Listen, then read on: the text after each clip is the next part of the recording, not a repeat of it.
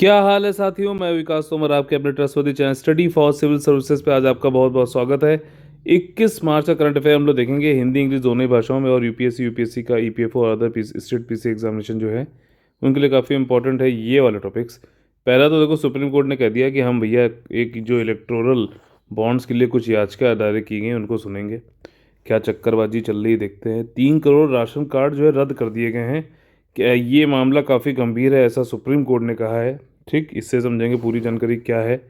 Eastern Rajasthan canal project, ठीक, जो present government है कह रही है भैया राजस्थान जो आपका पूर्वी राजस्थान है उसमें जो कैनाल प्रोजेक्ट चल रहा है उसको नेशनल इंपॉर्टेंस पे जोड़ दो।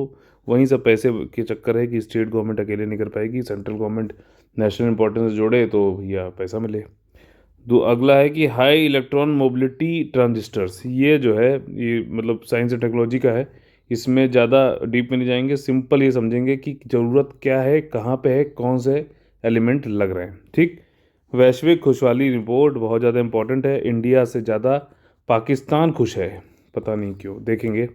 ठीक, और आगे बढ़ने से पहले आप लोग को बता दें कि ईपीएफओ और यूपीएससी 2021 और ईपीएफओ 2020 का कंप्लीट पेड ग्रुप चल रहा है, जिसमें कि आपका टेस्ट सीरीज, स्टडी मटेरियल पूरा पूरा और डेडिकेटेड डिस्कशन ग्रुप रहता है। सारे डाउट्स आपके यहाँ पे क्लियर किए जाते हैं, 1-to-1 गाइडेंस किया जाता है। 8564880530 9696060608 पे कॉल करके आप एडमिशन ले सकते हैं।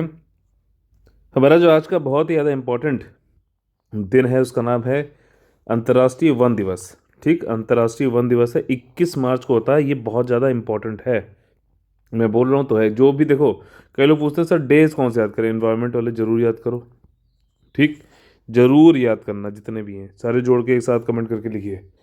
देखिए यहाँ पर जो है सुप्रीम कोर्ट से एक याचिका डाली गई है सुप्रीम कोर्ट में इलेक्टोरल बॉन्ड से संबंधित। कंटेक्स्ट समझ लेते हैं, कंटेक्स्ट यही है। Association association for democratic reform, ये एक संस्था है, एनजीओ। इसके जो एडवोकेट हैं इनकी तरफ से प्रशांत भूषण जी, इन्होंने चीफ जस्टिस को कहा है, याचिका डाली है कि भैया इलेक्टोरल बॉन्ड जो कि पारदर्शिता जिसमें बिल्कुल भी नहीं है, हालांकि जब ये लाया गया था तो कहा गया था पारदर्शिता बढ़ेगी, बट ऐसा कहा जा रहा है कि बिल्कुल भी नहीं है। इसको आप 1 अप्रैल को जो है नए इसको जो है इलेक्टोरल बॉन्ड को बेचा जाएगा। इसको कहाँ पर, वेस्ट बंगाल और तमिलनाडु जैसे इस बड़े स्टेट जहाँ पर इलेक्शन होने वाले हैं, अभी मालूम है आप लोगों को 5 जगह स्टेट में इलेक्शन होने वाले हैं, तो वहाँ पे अब ये कहीं मतलब कहीं पे भी सेल ना हो 1 अप्रैल को। क्योंकि एक तो इसमें पारदर्शिता नहीं है, कई सारी शेल कंपनीज, फर्जी कंपनी बनाई जाती हैं, और जो है ब्राइब का पैसा, जो है करप्शन, ये सारा पैसा जो है इसमें जाता है, और इससे जो है पॉलिटिकल पार्टीज़ को फंडिंग की जा रही है, जो कि ठीक नहीं है। तो कुल मिला के ये आज का जो दायर की गई कि 1 अप्रैल को पैसा, ये इलेक्टोरल बॉन्ड जो है ना निकाला जाए। ठीक, तो ये आरबीआई और इलेक्शन कमीशन ने भी पहले कहा है कि इलेक्टोरल बॉन्ड जो है ये काफ़ी शेल कंपनीज, मतलब गैर कानूनी और जो कंपनीज हैं, मतलब नकली कंपनी, ये सारा जो भी मनी होता है इसमें उल्टा सीधा वाला गैर कानूनी सब इसमें जाता है। ठीक, जैसे ब्राइब्स हो गई और आपका रिश्वत हो गई, पॉलिटिकल पार्टीज़ को इलेक्टोरल बॉन्ड्स के जरिए फंडिंग की जा रही है। ठीक, और जब भी इलेक्शन आता है उससे पहले जो है इसमें सबसे ज़्यादा ये चीज़ें देखी गई हैं। ठीक है, एसोसिएशन फॉर डेमोक्रेटिक रिफॉर्म्स जो है ये एनजीओ, इसने फाइल की है याचिका, और ये कहता है कि भैया जो 2017 में इलेक्टोरल बॉन्ड लाया गया था और इसको जो है एग्जेम्प्ट रखा गया है कि बताया नहीं जाएगा कि किसने दिया, समझना, डोनर कौन है ये भी नहीं पता, और पॉलिटिकल पार्टी जो जिसको दिया जाता है उसको तो मतलब उसको कोई इनकम टैक्स में इसको शो भी नहीं करना है। ठीक, पॉलिटिकल पार्टीज वैसे ही कह चुकी है कि राइट टू इन्फॉर्मेशन एक्ट के अंतर्गत हम आते नहीं, क्योंकि हम पब्लिक अथॉरिटी है नहीं। और वैसे भी वो उसमें उस समय उन्होंने तर्क दिया था पॉलिटिकल पार्टी ने कि हम आरटीआई के अंतर्गत आएंगे नहीं, हमारे तो सारे जो डेटा है, जितना हमें पैसा मिलता है वो सब हम आईटी में अपना रिटर्न फाइल करते हैं तब तो देते ही हैं। अब भैया ये जो इलेक्टोरल बॉन्ड है इसकी जानकारी भी आईटी जो है इनकम टैक्स में एग्जेम्प्टेड है, छूट है, समझो। तो यहाँ पे भी नहीं दिखा रहे हो, कौन दे रहा है ये भी नहीं पता चल रहा है। ठीक, और किससे जो ले रहे हो ये भी पॉलिटिकल पार्टी बता भी नहीं रही है। अब देखो इसमें और भी कई सारी चीज़ें हैं कि ये एग्जाम्प्ट हो गया कि डिस्क्लोज़र नहीं करना है।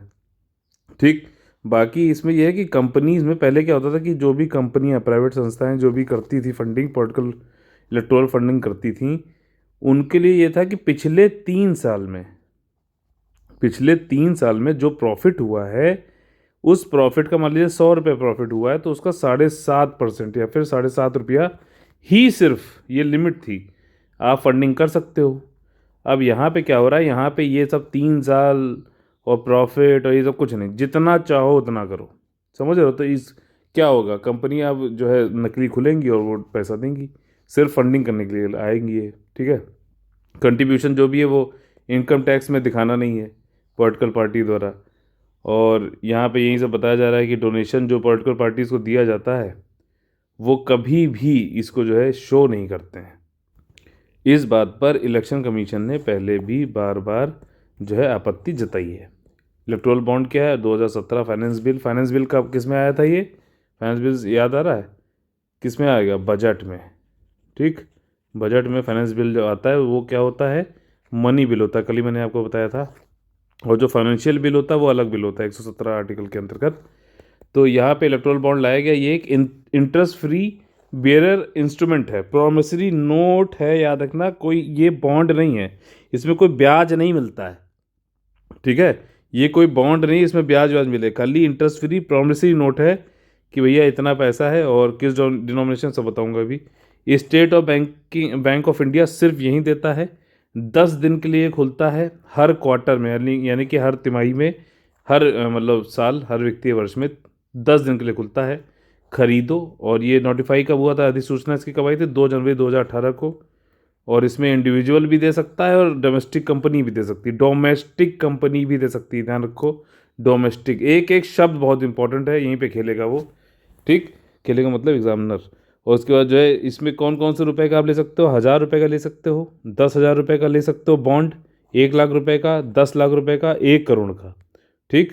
पॉलिटिकल पार्टीज जो है जिनको भी देना उनको दे सकता है। और पॉलिटिकल पार्टी इसको रिडीम करेंगी 15 दिन के अंतर्गत, ठीक है। और जो बायर होंगे बॉन्ड्स को, उनको अपने केवाईसी फुल करानी पड़ेगी, ठीक है। तो ये भी दिक्कत है। अब जो भी पॉलिटिकल पार्टी जो है आपकी पावर में है, ठीक, वो ये भी देख सकती है ना यार, आरबीआई किसका है यार, बैंक किसके हैं, समझो बात को। वो ये कह देगा अच्छा है केवाईसी इसने, ये इतना अच्छा इसने हमको ना दे के दूसरे को दे दिया है, XYZ पार्टी को, अच्छा इसकी भी लंका लगाते हैं, रुको।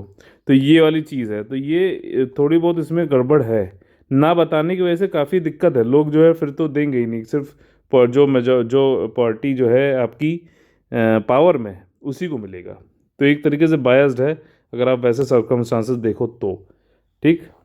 केवाईसी टाइम पे करानी पड़ेगी जब वो खरीद रहा होगा, लेकिन बेनिफिशियरी को कभी भी ये नहीं बताना है कि वो कौन है, ठीक, किस पार्टी को दे रहा है ये भी बताने की जरूरत नहीं है।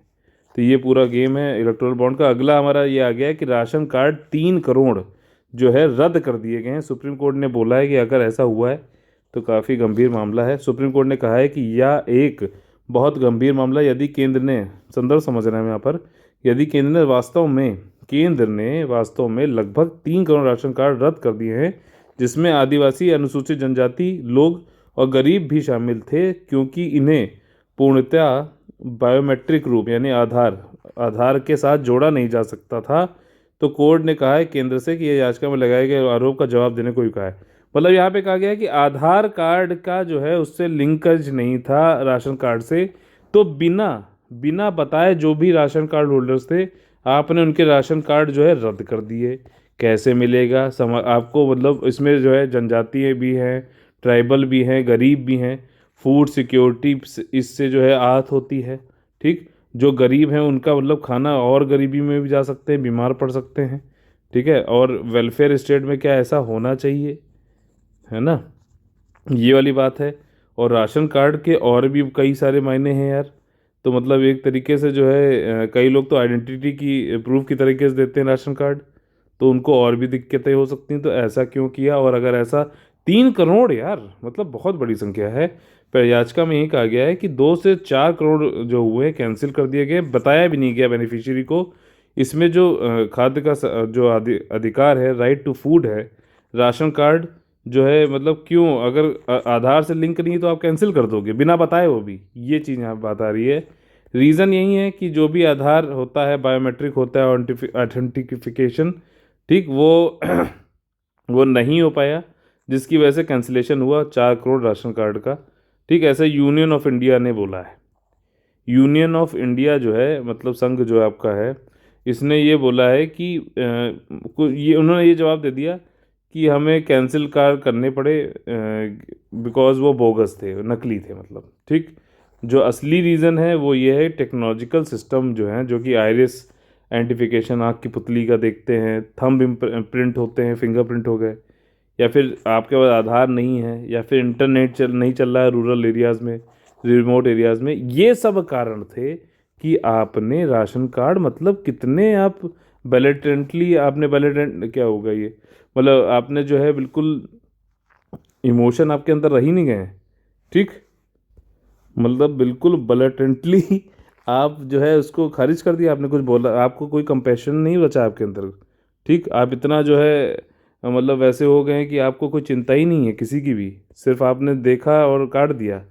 इस पे पूरा पूरा मैं बता रहा हूँ, एथिक्स पर केस स्टडी आ सकती है इस वाले पे, तो इसको अच्छे तैयार कर लेना। राशन कार्ड जो है एक ऑफिशियल डॉक्यूमेंट होता है। अच्छा, जब मैं बताया करूँ ना, इसको ये कर लेना, तैयार कर लेना, इसको कम से कम एक पेज बना लो अपने रजिस्टर में, जो मैंने आपको कहा है उसमें एक इंडेक्सिंग कर लो, और उसमें टॉपिक्स के नाम ही लिखते रहा करो। बाद में जब मेंस आएगा तब ये याद नहीं आएगा, तब अगर आप यहाँ लिख लोगे कि case study on cancellation of जो है राशन कार्ड्स, तो याद आ जाएगा, तो उस पर बना लोगे ना, और वहीं अगर क्वेश्चन फंसा वहाँ पे तो अच्छे मार्क्स ला सकते हो। एक एक मार्क्स बहुत इंपॉर्टेंट है। राशन कार्ड जो है एक औपचारिक जो है डॉक्यूमेंट होता है, स्टेट गवर्नमेंट देती है, ध्यान रखना, स्टेट गवर्नमेंट देती है हाउस होल्ड को, जो भी पात्र हैं, जो भी जो है एलिजिबल हैं, ताकि वो अपना खाद्य पदार्थ, फूड ग्रेन खरीद सकें पीडीएस से, पब्लिक डिस्ट्रीब्यूशन सिस्टम से। किसके अंतर्गत? National food security system act के अंतर्गत 2013 में आया था, राष्ट्रीय जो है खाद्य सुरक्षा अधिनियम 2013 में जो है, तो इसके अंतर्गत ये एक कॉमन फॉर्म का आइडेंटिफिकेशन भी है कई सारे इंडियंस के लिए। एनएफएस जो है आपका, नेशनल फूड सिक्योरिटी एक्ट, ये सभी स्टेट गवर्नमेंट आइडेंटिफाई करती है हाउस होल्ड्स को, कीवर्ड याद रखो, जो कि पात्र होते हैं, फूड ग्रेन खरीद सकते हैं, वही सारी चीज़ें यहाँ पे दे रखी हैं। 2 तरीके के राशन कार्ड होते हैं, एक होता है priority house hold ration cards, priority है, इसमें बीपीएल वाले मान लो, ठीक है। और इसमें जो है आपका एलिजिबिलिटी जो क्राइटेरिया जिनकी भी हो रही, स्टेट गवर्नमेंट ढूंढती है इन्हें, और उस प्रायोरिटी हाउस होल्ड को, प्राथमिकता वाले घरेलू जो है घर हैं, उनको 5 किलो तक फूड ग्रेन दिया जाता है पर मंथ, पर मेंबर। ठीक है, पर मेंबर पर मंथ। अब घर के हाउस होल्ड बोल रहा है, अब उसके अंदर मेंबर मान लो अगर निकले, ज़्यादा नहीं 10 बोल देते हैं, 10 मिल गए तो 10 50 किलो हर महीने उनको मिलेगा, समझ रहे हो। अंत्योदय अन्न योजना, ये भी राशन कार्ड का एक वो है, टाइप है। इसमें भी पूरेस्ट ऑफ द पुअर, मतलब गरीब से भी गरीब जो है हाउस होल्ड, उनको दिया जाता है। इसमें 35 किलोग्राम का फूड ग्रेन पर मंथ दिया जाता है, इस पर फिक्स्ड है, इसमें पर मेंबर नहीं है 35 फूड ग्राम, तो आप कहोगे भैया 35 किलो हर मेंबर को मिलेंगे, ये सबसे गरीब जो है उनके लिए है। एक्स्ट्रा फैक्ट ये है कि इंडिया जो है 94, अभी इस साल जो रैंक आई थी 2020 की, 94, 94th रैंक थी 107 कंट्री में से, ग्लोबल हंगर इंडेक्स में, और सीरियस हंगर कैटेगरी में से होता है। आप लोग के लिए क्वेश्चन ये है कि ये वाली जो इंडेक्स है, सूचकांक जो है, कौन भैया ने किया था पब्लिश? ई बनाना है आपको बहुत, ठीक, अच्छे से।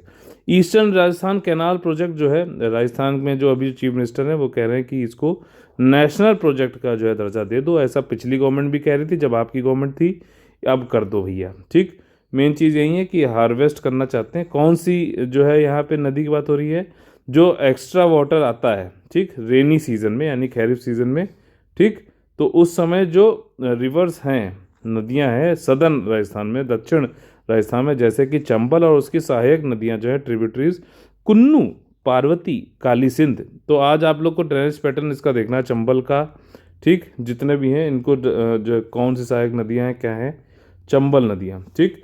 और ये मालवा प्लेट्यू में जो आती हैं, ये मालवा प्लेट्यू आप लोग को पता है, फिजिकल इंडिया देखो उसमें मालवा प्लेट्यू कहाँ है, ध्यान दो, ठीक। यहाँ की नदियाँ जो भी हैं, सब नदियों का आज आप लोग को करना पड़ेगा। चंबल नदी हो गई, ठीक, और लूनी है, और जो है आपका यमुना है, इन सब का, ठीक। और इन जो साउथ ईस्टर्न यानी कि दक्षिण पर पूर्वी जो डिस्ट्रिक्ट है, वहाँ पे काफ़ी ज़्यादा जो है किल्लत हो जाती है पानी की, किसके लिए? ड्रिंकिंग और इरिगेशन के लिए, तो उनमें जो है भरपाई करेंगे इसके थ्रू।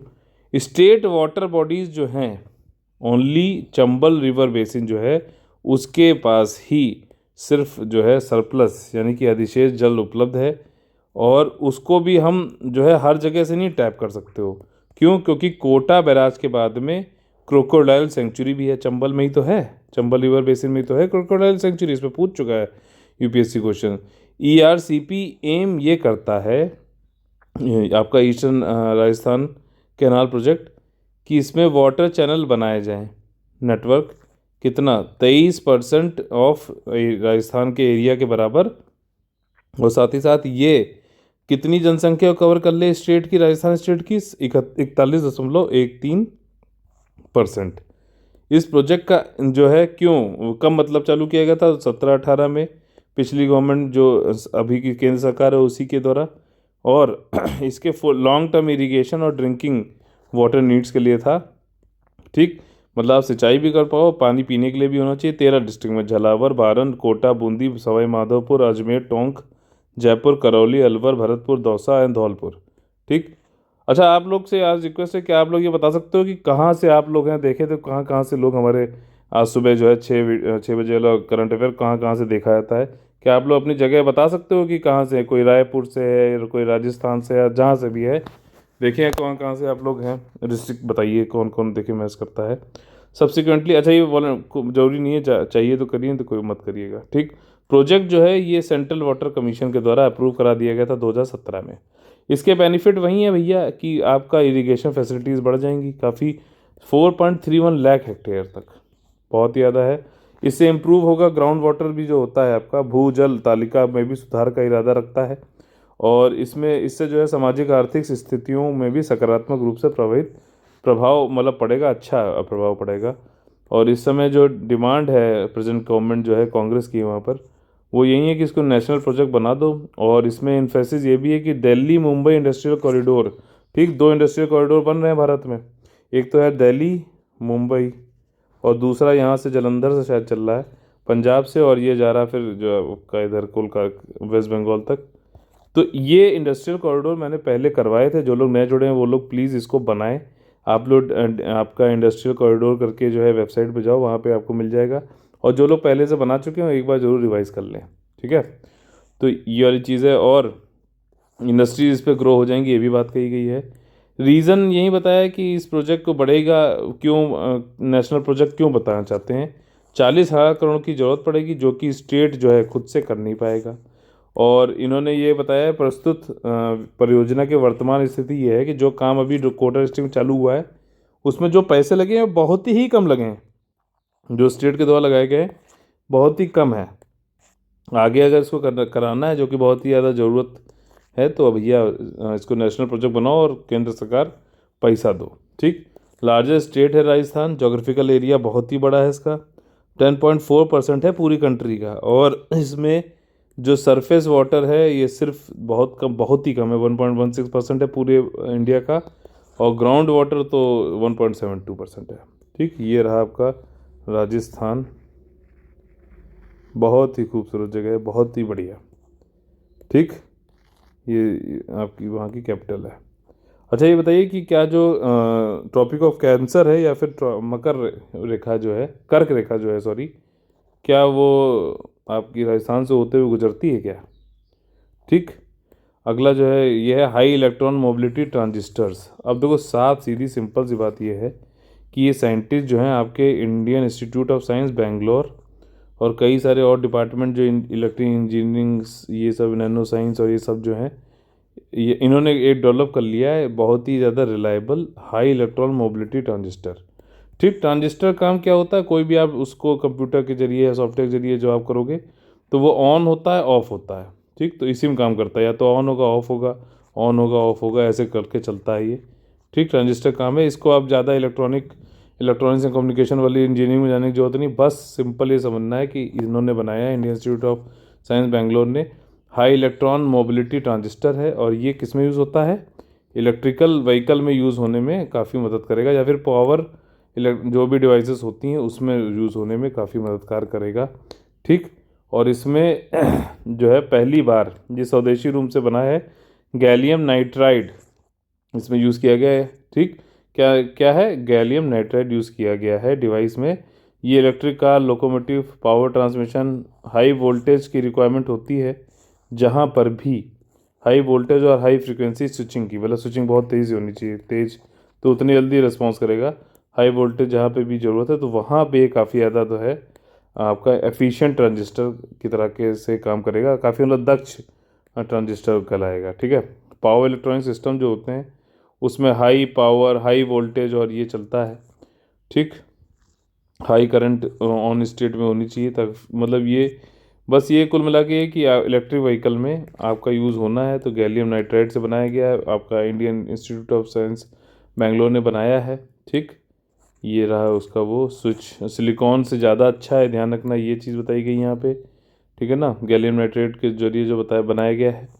और ये टेक्निक जो है आपका काफ़ी स्टेबिलिटी देती है, जो ये HEMT वाली है, परफॉर्मेंस और रिलायबिलिटी भी काफ़ी बढ़ जाती है। साइंटिस्ट ने जो है यहाँ पर गेट ऑक्साइड के लिए एल्युमिनियम टाइटेनियम ऑक्साइड को यूज़ किया गया है, AlTO, इसको यूज़ किया गया, अल्टो हो गया तो। ठीक, और जो है टाइटेनियम का क्या होगा सिंबल, TN होगा कि ये होगा, T होगा, TN होगा। ठीक, जो फैब्रिकेशन प्रोसेस है वो काफ़ी जो है इजी हो जाएगा और ट्रांजिस्टर भी काफ़ी स्टेबल रहता है, मतलब कि ये स्थिर रूप से रहता है और ज़्यादा चलता ये नहीं कि फूक जाए। ठीक, सिग्निफिकेंस इसका यही है कि जो टेक्नोलॉजी बन गई पहली, एक तो इंडिया में इस तरीके की बनी है, इसके में जो केमिकल यूज़ होता है, जो रसायन यूज़ होता है उसको बोलते हैं टर्नरी ऑक्साइड। गेट ऑक्साइड कौन सा था, एल्युमिनियम टाइटेनियम, ये था TI और O।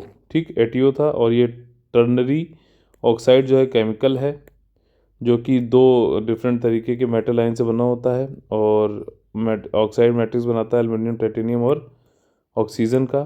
ठीक, और ये काफ़ी अच्छा पी टाइप का मटेरियल है। किसी ने ट्रांजिस्टर देखा तो समझ में आ जाएगा, पी टाइप होता है, एन टाइप होता है, एन आपका नेगेटिव टाइप होता है, पी आपका पॉजिटिव टाइप के आयंस होते हैं। ठीक, जब इसके ये दोनों जुड़ते हैं, मतलब अपोजिट चार्ज होनी चाहिए, तभी जो है सर्किट चलता है। ठीक है ना, सेमीकंडक्टर किसी ने पढ़ा हो तो बताइएगा, इलेक्ट्रॉनिक्स एंड कम्युनिकेशन के ब्रांच से जो भी हो, मेरी तो वही थी इसलिए मुझे थोड़ा वो समझ में आ रहा है, लेकिन मैं उतना ही सिर्फ इसमें बता रहा हूँ जितना कि एडमिनिस्ट्रेटिव जो है IAS PCS एग्जामिनेशन के लिए ज़रूरी है, और जितना आपको समझ में आया, जिस तरीके के क्वेश्चन वहाँ पूछ सकता है। ठीक, it does away with intrinsic reliability and performance issues E mode पे, और अलाउ करता है development of efficient power switching system. बस पावर स्विचिंग सिस्टम अच्छी करता है और रिलायबल है, इलेक्ट्रॉनिक व्हीकल में लगेगा। गेट ऑक्साइड जो है आपका एल्युमिनियम टाइटेनियम ऑक्साइड है, और इसमें जो है गैलियम नाइट्राइड जो है वैसे का यूज़ किया गया, सिलिकॉन से अच्छा होता है, फिर से रिवाइज करा दे रहा हूँ सारा। ठीक, और इसमें जो केमिकल यूज़ हुआ, टर्नरी ऑक्साइड यूज़ हुआ है, काफ़ी ज़्यादा अच्छा बड़ा मार्केट पकड़ने वाला है इंडिया इसमें, और सेल्फ रिलायंट हो जाएगा, हमारी जो है आत्मनिर्भर हो जाएंगे ट्रांजिस्टर टेक्नोलॉजी में। वर्ल्ड हैप्पीनेस रिपोर्ट आ गई है और 2021 की, इसको लाया कौन है, UN sustainable development solution network लेके आया है। ये रिपोर्ट हर साल आती है और ये 3 मेन जो संकेतक हैं उन पे काम करता है। वो है लाइफ इवैल्यूएशन यानी कि जीवन मूल्यांकन, सकारात्मक भावनाएं यानी कि पॉजिटिव इमोशंस, और निगेटिव इमोशंस नकारात्मक भावनाएं। इसमें जो भी आप मूल्यांकन करते हो लाइफ से संबंधित, इसका डेटा जो है प्रिंसिपल रूप से कौन देता है, गैलप वर्ल्ड पोल देता है। ठीक, यहाँ पे पब्लिश कौन कर रहा है, UN sustainable development solution network कर रहा है, बट इसको जो है कौन, इसमें डेटा कौन देता है, वो देता है गैलप वर्ल्ड पोल।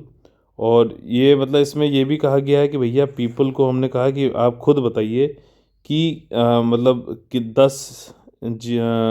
0 से लेके 10 तक के बीच में आप अपना जीवन का खुद से मूल्यांकन करिए और बताइए कि आप कितने खुश हैं। ठीक है ना, तो ये चीज़ है। पॉजिटिव इमोशंस का जोड़ा गया तब जब उनसे पूछा गया कि बताइए कि पिछले एक दिन में आपने क्या स्माइल किया और कितना आप हंसे। ठीक है ना, अगर आप काफ़ी अच्छा, तब ये माना जाएगा एफर्मेटिव एक्शन, तब माना जाएगा सकारात्मक प्रतिक्रिया, तब माना जाएगा जब आप 1 करो, और यह नेगेटिव जो है तब माना जाएगा जब आप इसको 0 बताओ।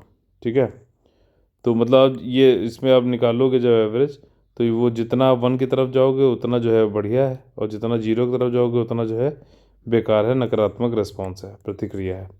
ठीक, हर पर्सन के लिए निकाला जाएगा। नेगेटिव इमोशंस जो होते हैं उनका माप किया जाता है कि पूछ कर कि भैया उनका कैसा जो है तजुर्बा रहा है नेगेटिव इमोशंस के अनुसार, ठीक, पिछले दिन में। यहाँ पे फाइंडिंग्स यही है भैया, फिनलैंड फिर से जो है नटराज फिर चैंपियन, वो सबसे ज़्यादा यहाँ पे जो है खुश खुश रहते हैं लोग। और जो बाकी कंट्रीज़ हैं जिन्होंने अच्छा स्कोर किया है उनका नाम है डेनमार्क, स्विट्ज़रलैंड, आइसलैंड, नेदरलैंड्स, सब वहीं यूरोप वाले ही हैं, स्कैंडिनेवियन कंट्रीज़ हैं। और यूनाइटेड स्टेट्स की जो 19वीं पोजीशन है, जो कि मतलब रिचेस्ट कंट्रीज़ में से है वर्ल्ड में, तब भी 19 पोजीशन है। तो इससे पता चलता है कि पैसा होना जो है खुशी का कोई माप नहीं। मैंने कल भी बताया था, फिर आज बोल रहा हूँ, हैप्पीनेस इज़ जर्नी, ठीक, enjoy it. Happiness is not destination, कोई गंतव्य नहीं है, डेस्टिनेशन कि हाँ यहाँ पहुँच जाएंगे तब हम खुश हो जाएंगे, नहीं। वहाँ से पहुँचते समय आपके मन में है कि आपको खुश रहना है, तो आपको कोई भी दुखी नहीं कर सकता है, ठीक। और ये चीज़ है, और मेरे हिसाब से ये मानना है, फिर से बोल दे रहा हूँ, खुशी अंदर से आती है, बाहर से सिर्फ दर्द आता है। तो आप अगर अंदर से खुश हैं तो आप के बाहर से दर्द आने से आपको कोई फ़र्क नहीं पड़ेगा, ठीक। इंडिया की रैंकिंग 139 रही है 149 कंट्रियों में से, जो कि पिछली बार से सुधरी है। पिछली बार इंडिया की रैंकिंग थी 144वीं, लेकिन पिछले साल जो 155 करीबन जो है 156 कंट्रीज़ थी। तो इस बार ये 139 ज़्यादा अच्छी नहीं मानी जाएगी, ठीक।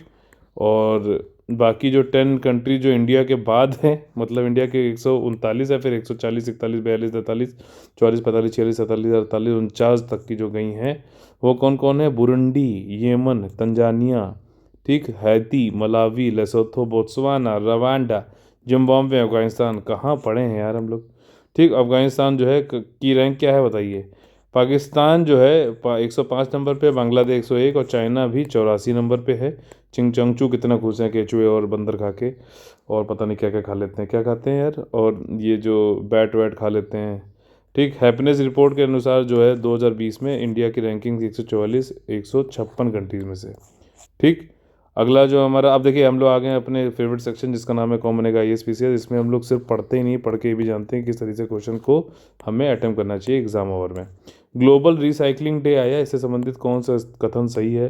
ये 20 मार्च को होता है, बताइए सही है कि गलत है। इसकी थीम थी रिसाइकलिंग हीरोज़, और जो है इसमें फर्स्ट सेलिब्रेटेड ये 2018 में किया गया था। तो देखिए अगर किसी ने इसको पढ़ा है ढंग से तो 18 मार्च को होता है, तो पहला वाला स्टेटमेंट हो गया गलत। अब इसमें देखो कि कौन कौन से ऑप्शन में पहला है, पहले वाले में भी है तो ये गलत हो गया, तीसरे में भी गलत हो गया, और टी भी गलत हो गया, तो आंसर तो हो जाएगा बी। बस आपको जो बिल्कुल कंफर्म पता हो कि ये सही है या गलत है, उसके अनुसार से देखा करो ऑप्शन जो चार हैं उनमें से किस में वो है या नहीं है, ठीक। तो ऐसे एलिमिनेशन मेथड का भी यूज़ करना जरूरी है, सिर्फ इन्फॉर्मेशन होने से काम नहीं चलेगा।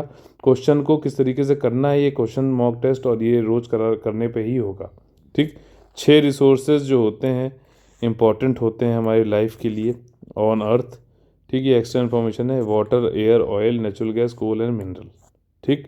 अगला क्वेश्चन जो है वो व्हीकल स्क्रैपेज पॉलिसी संबंधित है, वाहन परिमार्जन नीति से कौन सा स्टेटमेंट सही है? उद्देश्य ये है नीति का कि हम रिड्यूस कर सकें ओल्ड और पुरानी और ख़राब व्हीकल पॉपुलेशन को, ठीक। और ताकि जो है हम रोड सेफ्टी बढ़े और जो है एक्सीडेंट कम हो। 4 पहिए वाली जो गाड़ियां हैं 15 साल से ज़्यादा पुरानी की, उनको स्क्रैप कर दो। क्या स्टेटमेंट सही है कि नहीं है बताइए।